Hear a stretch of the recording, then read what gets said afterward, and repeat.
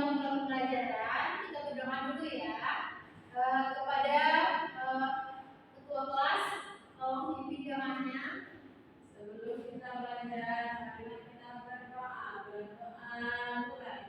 Bismillahirrahmanirrahim. Raditu billahi rabbah wa bil islami dinan wa bil Muhammadin nabiyya wa rasulah.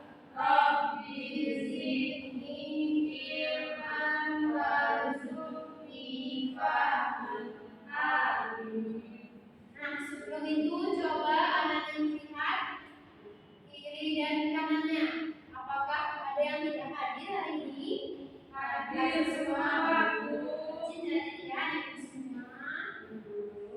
Nah, sebelum itu untuk meningkatkan rasa nasionalisme kita akan menyanyikan lagu wajib yaitu Garuda Pancasila. Nah, salah satu anak ibu tolong pimpin.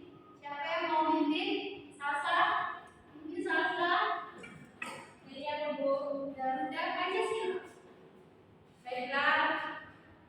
Garuda Pancasila. 1, 2, 3. Garuda Pancasila. Akulah pendukungmu. Patriot proklamasi. Sedia berkorban untukmu. Pancasila dasar negara. Rakyat adil makmur sentosa. Pribadi bangsa penuh. Ayo maju, maju, ayo maju, maju, ayo maju, maju.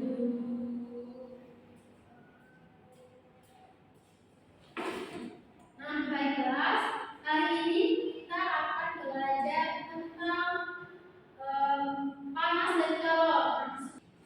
Nah, adapun tujuan pembelajaran kita hari ini yaitu tentang siswa mampu memahami perbedaan suku dan calon dalam kehidupan sehari-hari.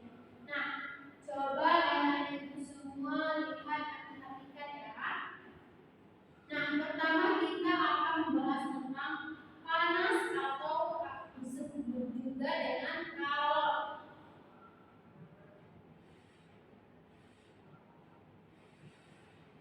Nah, di gambar ini ada yang tahu itu gambar apa?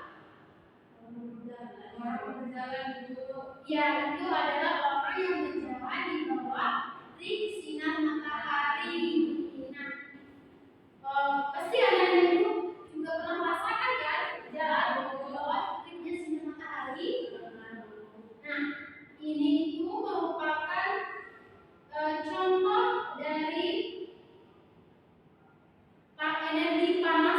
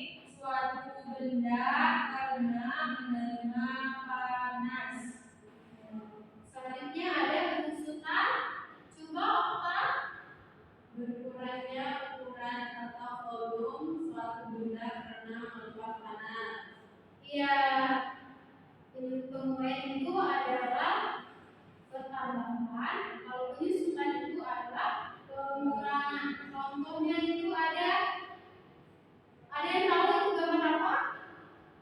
Yang listrik. Ya, itu adalah contoh kabel listrik. Nah, itu tuh merupakan contoh dari pemuaian dan penyusutan. Yang pertama yaitu pada siang hari. Nah, kabel itu kan menyusut. Nah, penyusut itu adalah contoh dari penyusutan. Nah, dia pada malam hari kabelnya itu menegam atau dia menegam itu biasanya bertahap. Itu merupakan contoh dari volumen. Itu adalah pemaknanya adalah atau volumen suatu benda.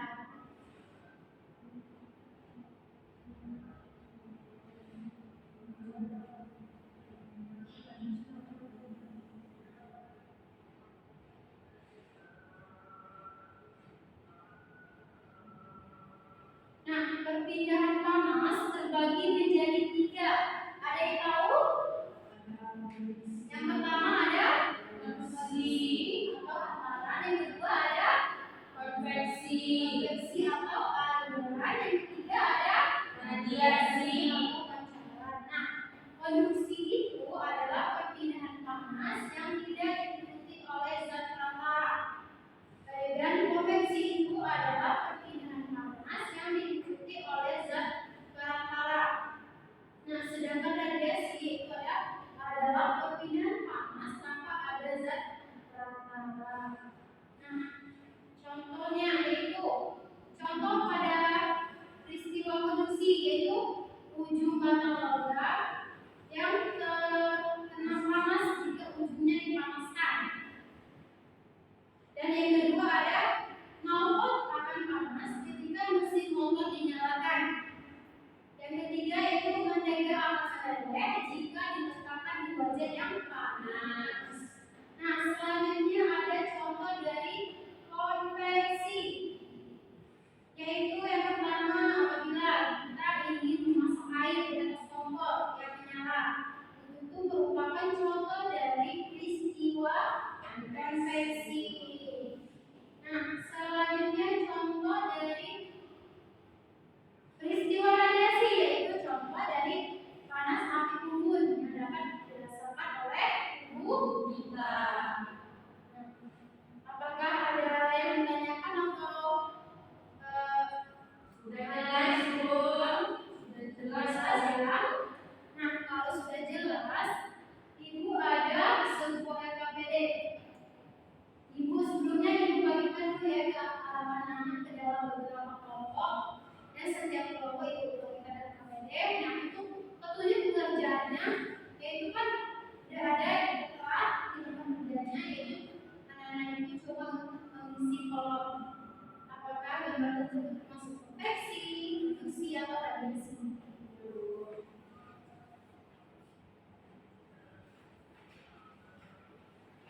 Kalau yang kurang paham bisa ditanyakan Ibu ya.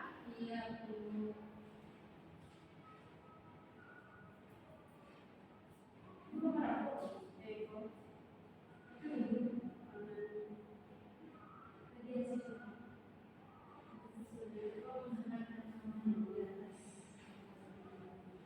Udah? Ada yang sudah pokoknya? Sudah, Bu. Kalau sudah, coba satu-satu kelompok kelompok. Bu.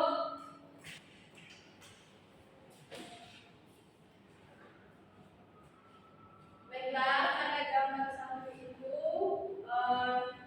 baju yang dijemur di atas, di bawah sinar matahari itu termasuk jenis perpindahan kalau konveksi, Bu. Ya, apa yang mau lain? Begitu jawabannya? Sama, Bu. Sama ya, juga.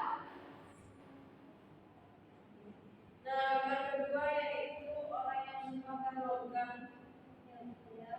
Itu masuk konduksi, Bu. Ketiga yaitu ada orang yang menghangatkan tubuh di dekat api unggun, itu termasuk ke radiasi, Bu.